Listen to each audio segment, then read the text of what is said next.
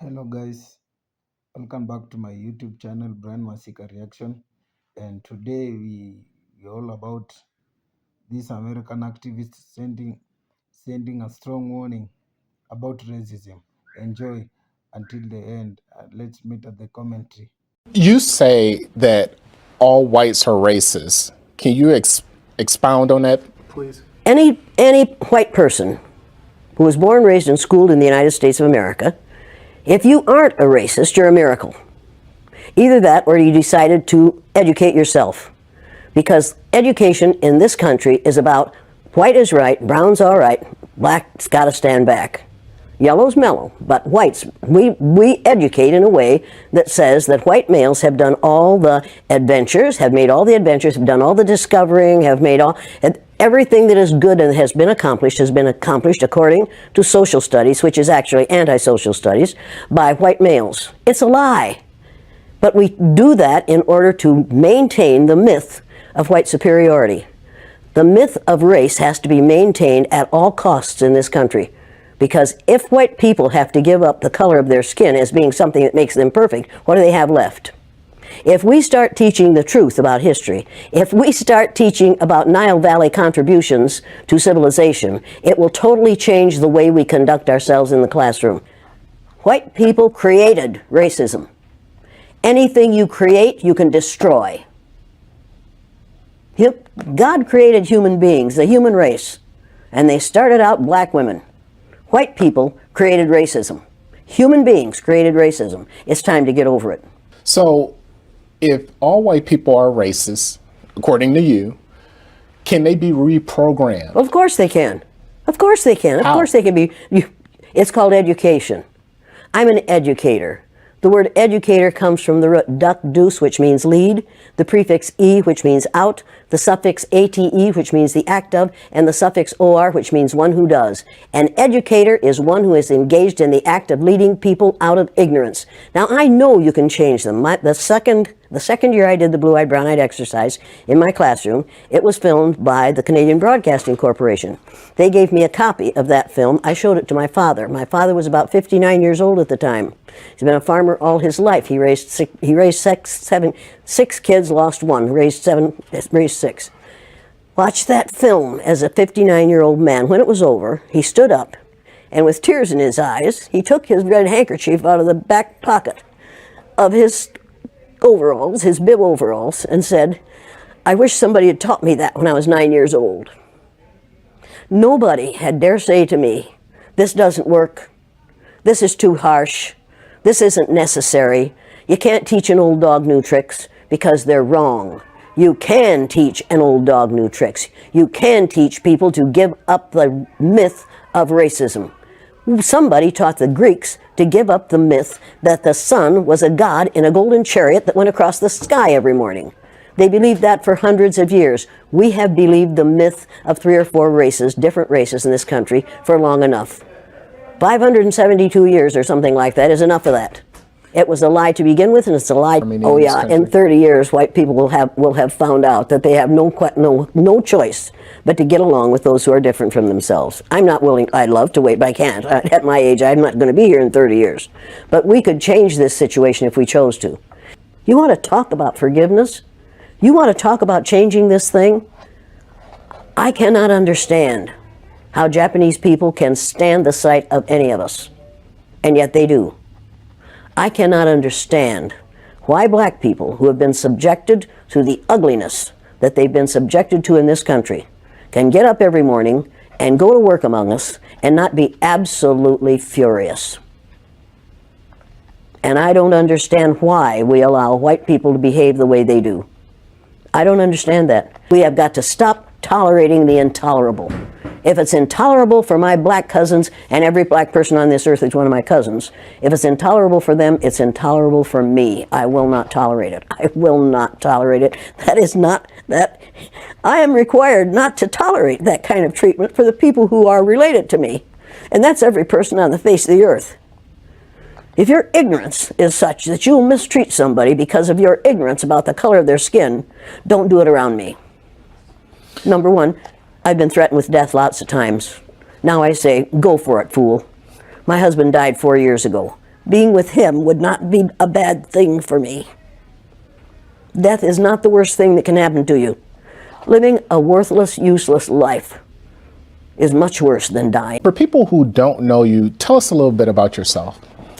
Well, I'm a third grade teacher in a country school in Riceville, Iowa, and I am here at the NAACP speaking because the day after Martin Luther King Jr. was killed by a society that hated him because he was going to change the economic situation in this country, I did an exercise in discrimination with my third grade classroom to let my little third graders, all white, all Christian children, find out how it feels to be something other than white in the United States of America. I split them according to the color of their eyes and treated those who had their own color eyes for the day the way we have traditionally treated blacks, Native Americans, Asians, all those Jews, all those who are different in appearance or in religion. And we learned more that day than I wanted to know. What did that study show you? Oh, it showed me a lot of things. Number one, it showed me that racism is a learned response. Nobody's born a bigot. You have to teach bigotry, and that's what we do in this country. I found out how it feels to be on the receiving end of racism because I'm blue-eyed, and the brown-eyed children were on the top in that first day. And I found out how it feels to be treated badly by people over whom you have power because of having the wrong color eyes. I found out how it feels to be subjected to unbelievable and unreal discrimination because of a physical characteristic over which I had no control. I thought I knew about racism. I thought I knew about child psychology. I knew nothing. All I knew was what I had learned in school. And what I had learned in school was not education. What I got in school wasn't education. It was indoctrination. I was taught how to be a good American citizen. And in this country, we think that the only Americans are the ones who live in the contiguous 48 states of the United States. Americans are everybody from the very north tip of Canada to the very southern tip of South America. But we, in our arrogance, say that we are the only Americans. If you're really going to keep this America to Americans, we don't dare build a wall on the southern border of the United States, because those people, those brown-skinned people that are going to come across that border are Americans. Now we'd better choose our language or choose our behaviors. Let me tell you something. It wasn't a study and it wasn't an experiment. I don't experiment with children without their knowledge or their permission. It was experiential education. It was giving a child an experience for the purpose of changing their brain. And that's exactly what it does every time I do it. Now, you conducted the same study, not study. Exercise with adults. Oh, yeah. Oh, yeah. And is it any different between the children and the adults? Adults get more violent. I've been hit several times by white males, angry white males. I've had a knife pulled on me. They ran me out of Uniontown, Pennsylvania at midnight one night, 3 carloads of blacks did, to get me out of town because the teachers that I put through the exercise in a very limited way were so angry that they called the superintendent in the afternoon and said, if you don't get that bitch out of town, we're going to kill her. So they got me out of town. First time I've been scared, and the last time I've been scared. Because I found out that day that they could kill me, but they couldn't kill the idea. Victor Hugo said, no force on earth can stop an idea whose time has come. The idea of one race, the human race, is an idea whose time has come. We are not going to be able to stop it no matter what they do. They can elect Trump after Trump after Trump, and that will not stop the idea that there's only one race on the face of the earth. It's the human race, and we are all members of it. You and I are cousins. Now, if you don't like being my cousin, that's too bad for you. But we are all in the same family. We are members of the family of man. You say that all whites are racist. Can you expound on that, please? Any white person who was born, raised, and schooled in the United States of America, if you aren't a racist, you're a miracle. Either that or you decided to educate yourself. Because education in this country is about white is right, brown's all right, black's got to stand back. Yellow's mellow, but whites, we educate in a way that says that white males have done all the adventures, have made all the adventures, have done all the discovering, have made everything that is good and has been accomplished according to social studies, which is actually anti-social studies, by white males. It's a lie. But we do that in order to maintain the myth of white superiority. The myth of race has to be maintained at all costs in this country, because if white people have to give up the color of their skin as being something that makes them perfect, what do they have left? If we start teaching the truth about history, if we start teaching about Nile Valley contributions to civilization, it will totally change the way we conduct ourselves in the classroom. It will have to. Columbus didn't discover America. You can't discover a place where people are already living, but we celebrate that every October. It's a lie. We need to get over. We need to stop telling the myths and start telling the truth.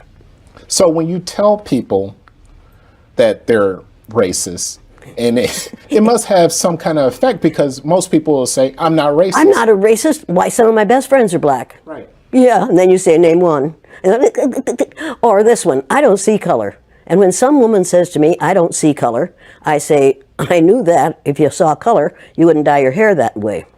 Or I say, if you saw color, you wouldn't wear that shirt with those pants. I believe that you don't see color. It's an attempt to deny skin color. And it's an attempt to deny what's wrong with seeing the color of my skin. Is it all right for you to see me kind of pink? That's okay for me. I don't mind. And I suspect that you don't mind being seen the color you are. You have a right to be what you are. And until people in this country and people in this world get it into their heads that the first modern human beings that evolved on this earth were black women. They evolved in sub-Saharan Africa about 280,000 years ago, and every human being on the face of the earth today has the memory of those black women's genetic structure in their genes. Now, we don't want to admit that, but that's the way it is. And as people moved farther and farther from the equator, their bodies produced less and less melanin, so their hair, their skin, and their eyes got lighter. As they moved into the east, they ate a lot of fish and a lot of vegetables, so their skin took on a different tone. I found that out when I was raising little kids. My husband worked in a supermarket. He was the head of the produce department, and they had lots of oranges that they couldn't sell, so he'd bring them home, and I was feeding my kids orange juice like you never saw in your life. They began to have an orange cast to their skin. I thought they had a liver problem. So I took him to the doctor, and she said, what are you feeding these kids? I said, well, lots of orange juice. She said, stop it if you want them to stop being orange. Now, if you think that skin color isn't anything other than the body's natural reaction to the natural environment, get over it. So if all white people are racist, according to you, can they be reprogrammed? Of course they can. Of course they can. Of How? course they can be. It's called education. I'm an educator.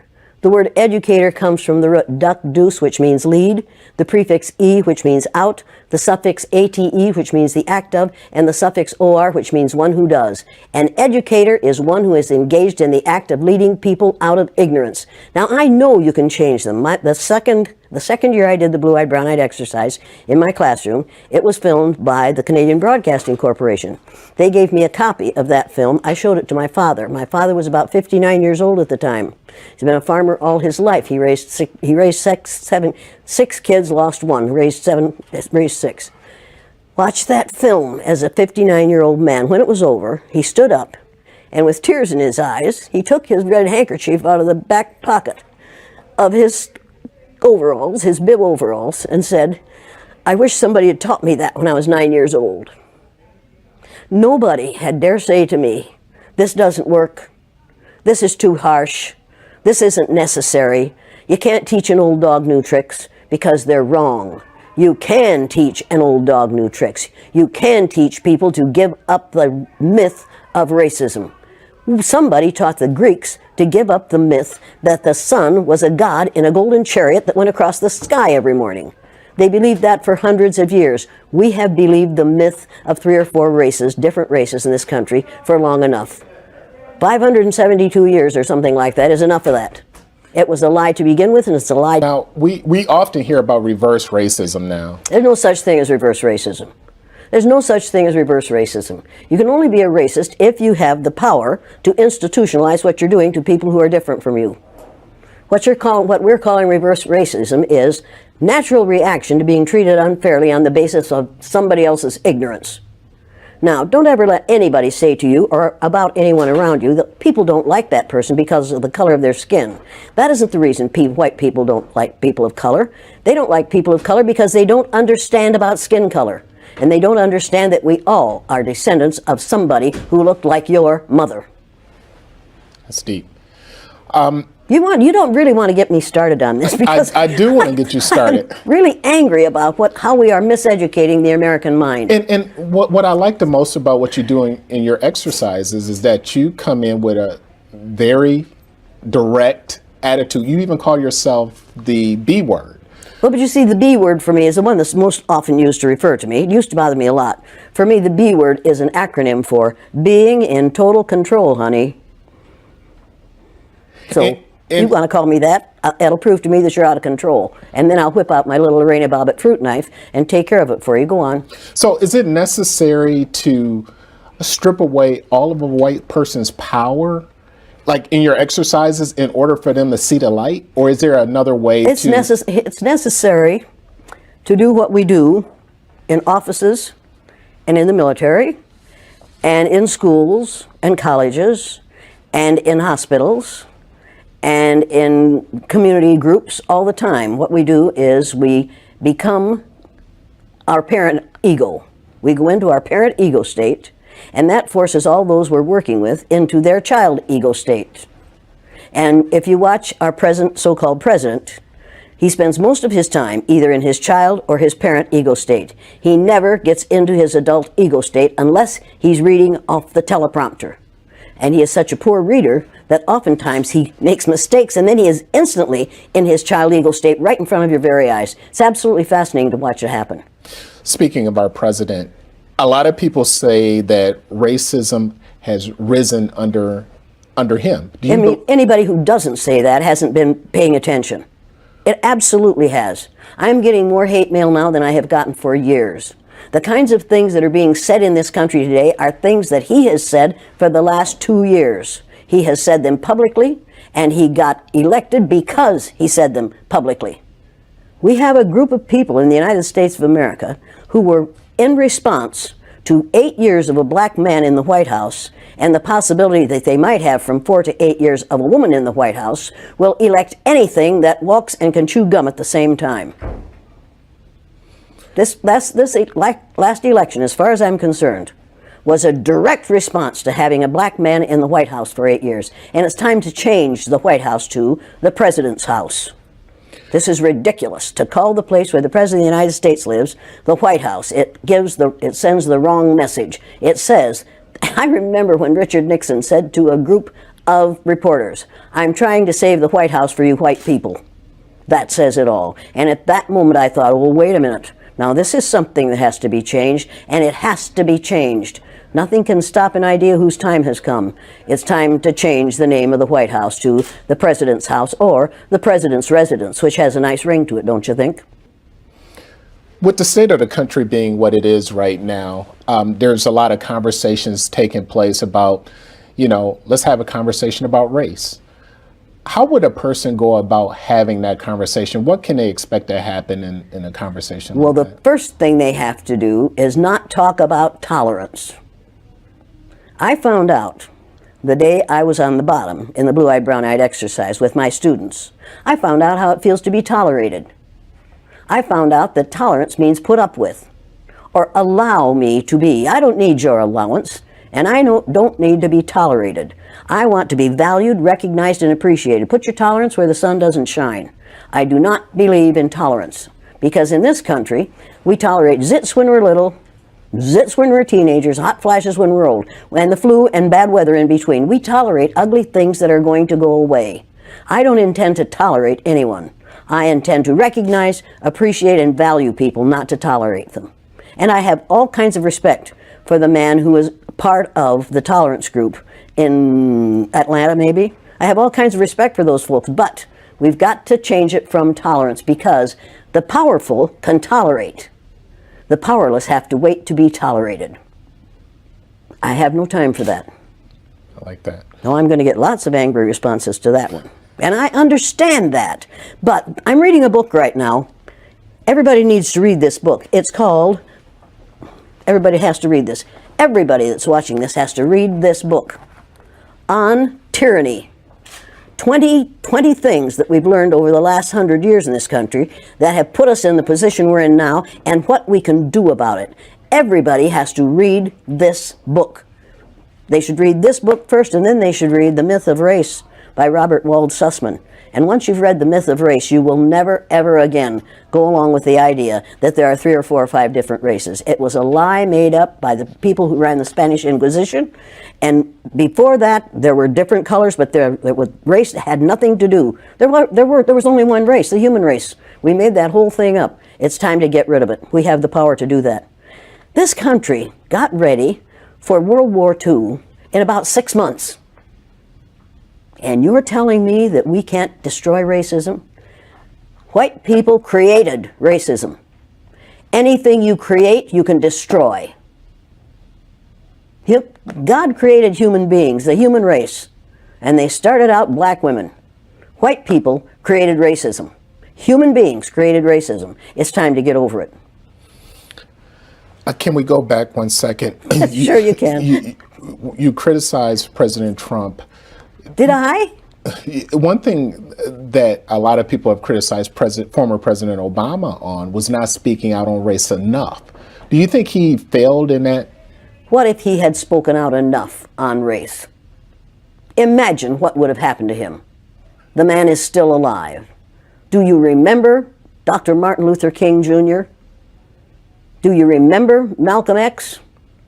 Do you remember all those people have been killed not because of the color of their skin, but because of the fear of white people that someone who isn't white is going to look better, sound better, act better, do better than they do? Mr. Obama was the president of all of us. He wasn't just the president of black people. He was the president of all of us. The man who's there now is and claims to be the president of the people who look like him. When he says, make America great again, what he's really saying is, make America hate again. Human rights activist Jane Elliott. Today, most urban sectors, especially Milwaukee, remains hyper-segregated. Why is it taking so long, or why doesn't it seem like we can move the button on diversity in neighborhoods? Because the people who have the power in this country are the people who have the money. And the people who have the money are going to decide where people live. You need to realize that there are more children attending segregated schools in the United States today than there were previous to Brown versus Board of Education. And that's a fact. You need to realize that it is not the intent of white people to let this situation change in favor of anyone but themselves. And right now, white people are really frightened. If you don't understand the destruction of Planned Parenthood offices, and you don't understand the wall that we're going to build on the southern border of the United States, you haven't read the book, The Birth Dearth by Ben Wattenberg. Ben Wattenberg was a brilliant Jewish man who was a member of the American Enterprise Institute. And he wrote a book, the first paragraph of which says, the main problem confronting the United States today is there aren't enough white babies being born in this country. He was an advisor to presidents of the United States. He wrote the book in 1987. He says if we don't change this and change it rapidly, white people will lose their numerical majority in this country, and this will no longer be a white man's land. Now, I'm not misrepresenting this. I'm telling you exactly, almost exactly what he says. He says there are 3 things we can do to solve this. Number 1, we could pay women to have babies, as they have been doing in Western European nations for years. Then he says, and these are his words, not mine, unfortunately, we would have to pay women of all colors to have babies, so we don't want to do that.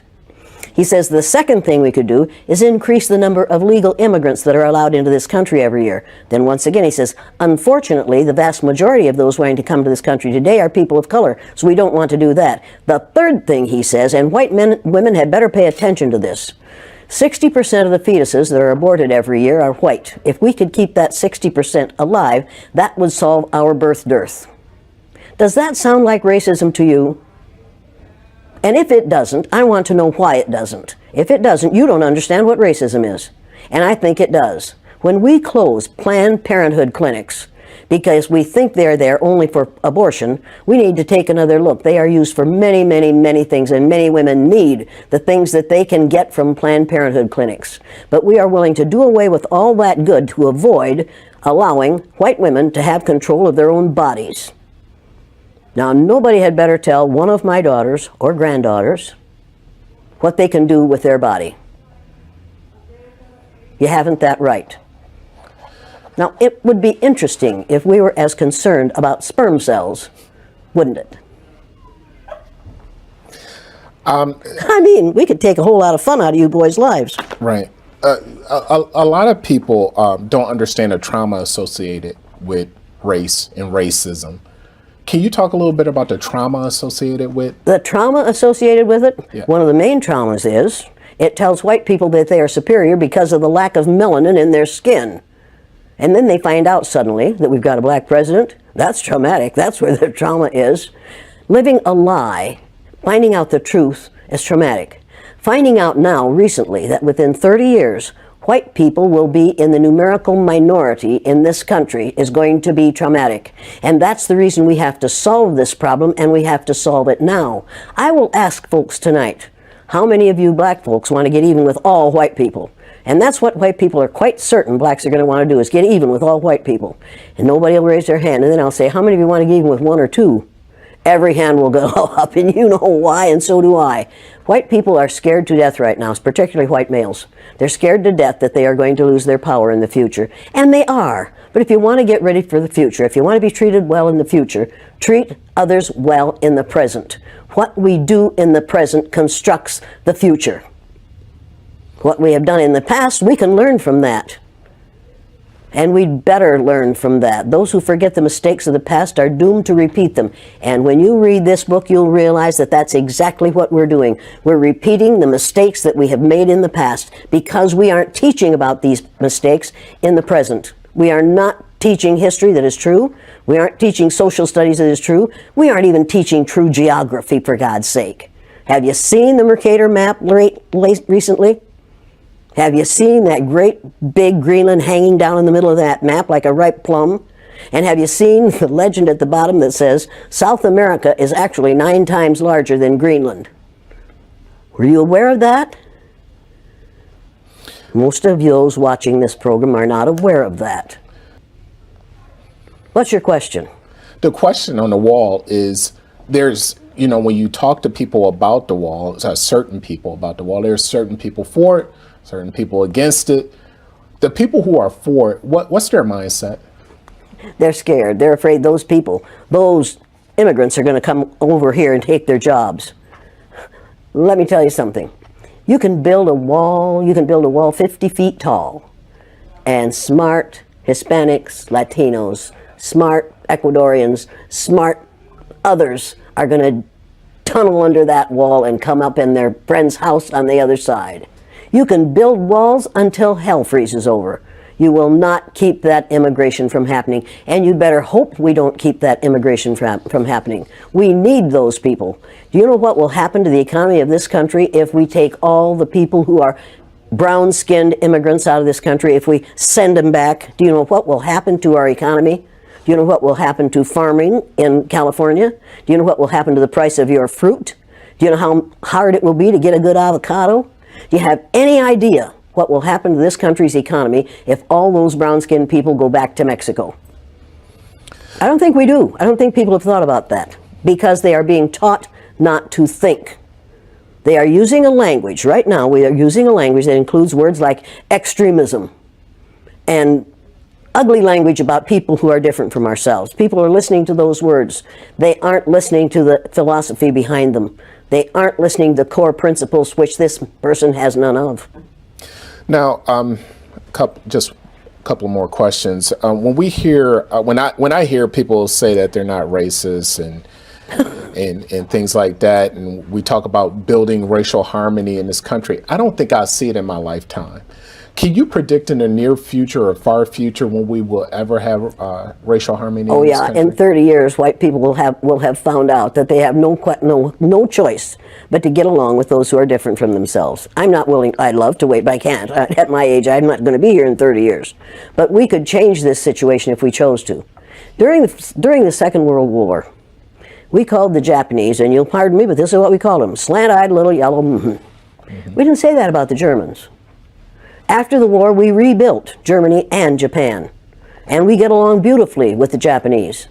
That was in 1945 that we finally won that war. How many years ago was that? Figure that out quickly. I'm not a math person, but You're not a math person, but you know it wasn't that far. Right. And it didn't take 50 years for us to have peace with the Japanese and the Germans, even though We dropped 2 atomic bombs on Japan. The Japanese hadn't killed 10 million people. Nowhere near that. We didn't drop any bombs on Germany, any atomic bombs on Germany. They were a different kind of people. We couldn't afford to do that.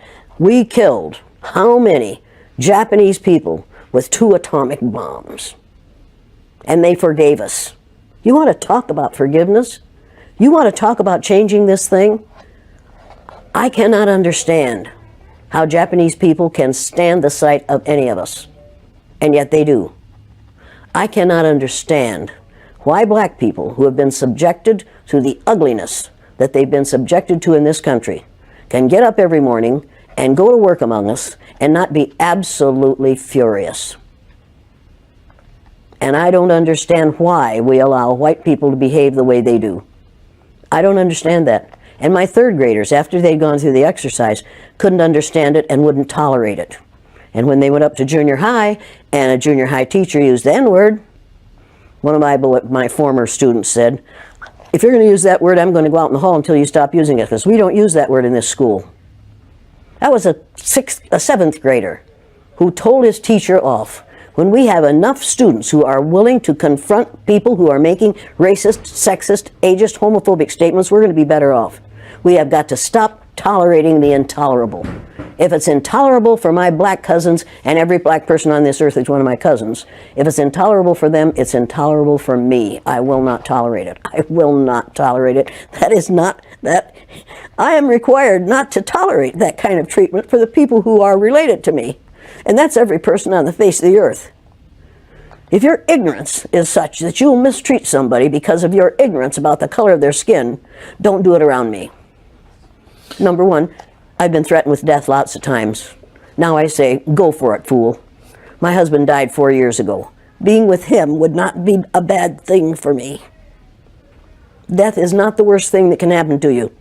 Living a worthless, useless life. Okay, guys, I hope you had a good watching. You enjoyed your watching. So there are some areas which this activist had stated about racism. So I had just to go deeply and look for what she had to state that. Yeah, she states that in some years ago, a 15-year-old white man shed tears after realizing that racism was a good idea at all. And he even regrets and say he wish he was told earlier at the age of 9. You see, a person to regret at the age of 59 years, that's a lot of years. That's 50 years. And you see, he's regretting, he says that by the age of 9, he could realize that racism is not good idea and racism is not allowed in anywhere. So that old man was in tears. He was in pain. That realized that there is no room for racism. Another thing, it was the myth that about the myths about the black people. The black people about the myth was there trending about 100 years. 100 years, that's a decade, if I'm not wrong. So 100 years is so many years. And she stated that ignorance about black skin has become a major threat to the black living around the world, the white country. You see, what she was trying to say, like when you find a black skin is being condemned, like it seemed like a baboon. You see, even in football matches, you find someone with black skin is being condemned, like with the ration. But you see, in this time, football people have come with a slogan that's, when you see even in the Champions Leagues, when the matches are being played in the European, of course, black people are everywhere, and black people, they have the right to be everywhere in the world, because we are created by one God. We are created by His own image. So we can't keep on denying that black people are bad. They are not bad. black people, they are the same. It's just a skin, it's just a melanin, but we are all created in God's image. So she end up stated like that white people don't understand color. Yeah. And again, she said that black people come and conquer. Yeah, by the good, I can just give you a good example. The black people who came and conquer. We have the famous Martin Luther. We have Martin,